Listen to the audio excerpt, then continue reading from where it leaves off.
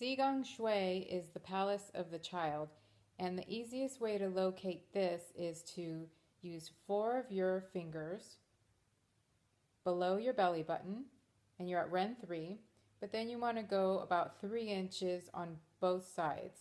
So 1, 2, 3 to the right and to the left. And this is Zigong Shui, and this is an important point for the ovaries and stimulation of the ovaries and the uterus. You want to stimulate this for 2 to 5 minutes. GB26 is the girdle vessel, and the easiest way to find this point is you want to draw a line from your armpit down to align with your belly button, and where that intersects is GB26, and you want to stimulate both sides about 2 to 5 minutes. Do 4 life gate is found at the level of lumbar 2. So the easiest way to find this point is to take your hands and hug the top of your pelvic bone, and then meet your 2 thumbs together, and that is the level of L4.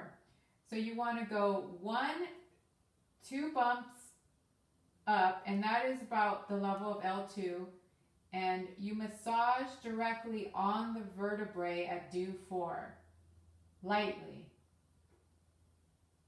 So the first point is spleen 6, and on the inner side of your leg, it's about 4 fingers above your inner ankle bone. So you want to go there. And here's the bone.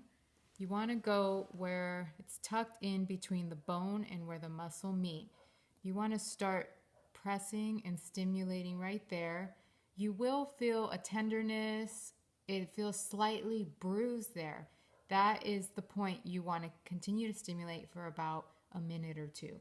Spleen 6 is a really powerful point, and it stimulates the uterus, so we want to move a lot of blood and get a lot of circulation to the uterus. Spleen 10 is the sea of blood, and it can be found 2 inches above the upper border of the kneecap.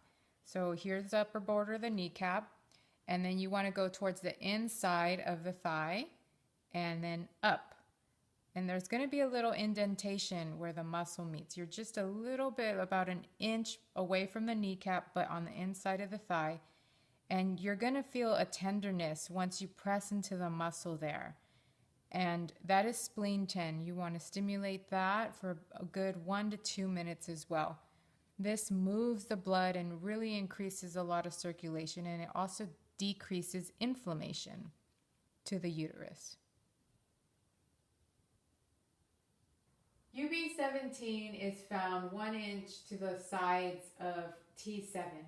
The easiest way to find this point is to find the bottom tip of your scapular bone and draw a line toward the spine. So that vertebrae that you've drawn the line is T7, and UB17 is 1 inch to the side of that vertebrae T7. And that's UB17, and stimulate that for 2 to 5 minutes. So stomach 40 is called abundant bulge, and it's the midway point between your ankle and your kneecap. So you're gonna measure the midway point, and here's the tibial bone. Right at the midpoint from here to here is stomach 40 on the outer side of the tibial bone. And so what you're going to do is when you get to the midpoint, you're going to use a finger and just press on the outer side of the bone, and on this side is where stomach 40 will be. And it may be tender or it may not be, but you want to stimulate it for about 2 minutes.